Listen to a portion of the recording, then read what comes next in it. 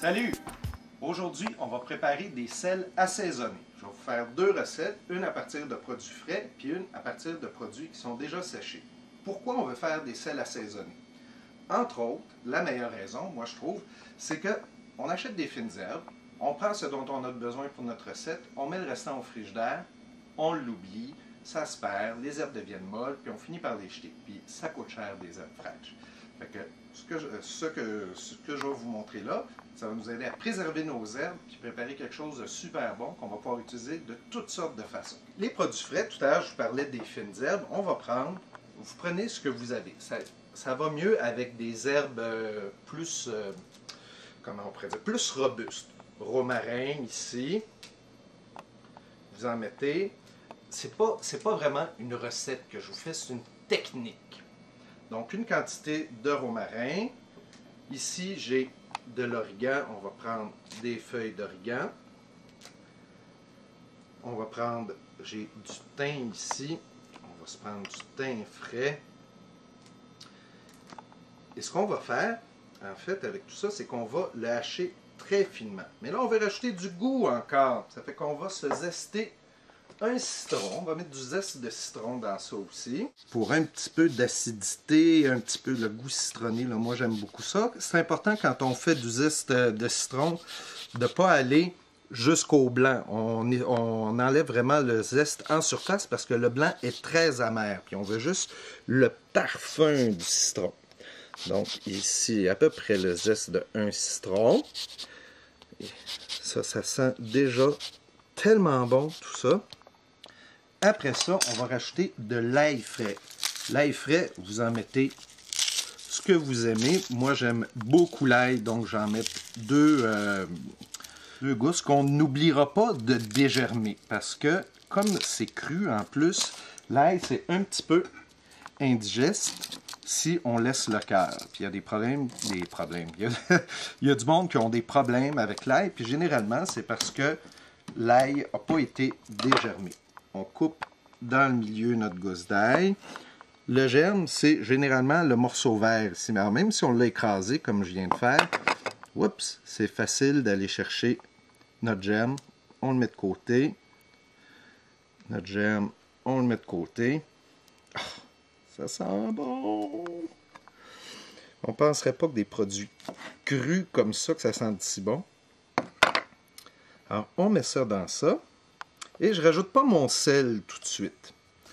J'ai mon ail, tout ça. Donc, on va hacher ça finement. On y va ou avec un couteau, comme ça, et on y va. Au couteau, ça va bien, mais ça va encore mieux avec la mezzaluna. Si vous trouvez ça, si vous en croisez une dans un magasin et que ça vous tente, vous achetez ça parce que ça va très très bien pour hacher finement nos trucs. Là, vous y allez parce que on veut que ça soit petit, on veut que ça puisse quasiment se saupoudrer, puis on ne veut pas avoir des gros morceaux d'ail dans notre sel assaisonné. Là, vous vous dites, il n'y a pas de sel dans son sel assaisonné. On l'ajoute à la fin. On met environ, une fois qu'on a fini d'hacher, on va mettre entre le quart et la moitié de la quantité de sel de ce qu'on a de légumes, d'herbes et d'ail haché. Donc ça commence à être beau. Et le sel qu'on utilise, ça dépend de vous. Moi, j'utilise du sel cachère. Le sel cachère, c'est un sel qui est plus fin qu'un sel normal, qui se dissout beaucoup mieux, qui ne contient pas d'agents artificiels dedans. Pour cuisiner, c'est vraiment fantastique. Il n'y a pas le petit goût... il y a comme un petit goût artificiel dans le sel. Si vous en trouvez, là, mettez les deux sels, là, un sel régulier puis le sel cachère un côté de l'autre, puis après ça, vous allez trouver que le sel régulier est pas bon. Ça, c'est à peu près la texture que je vais avoir. C'est fin, les morceaux d'ail sont pas trop gros. On voit notre citron, mais il est haché fin. On va tout prendre parce que ça vaut la peine. Et là, c'est le temps de rajouter notre sel.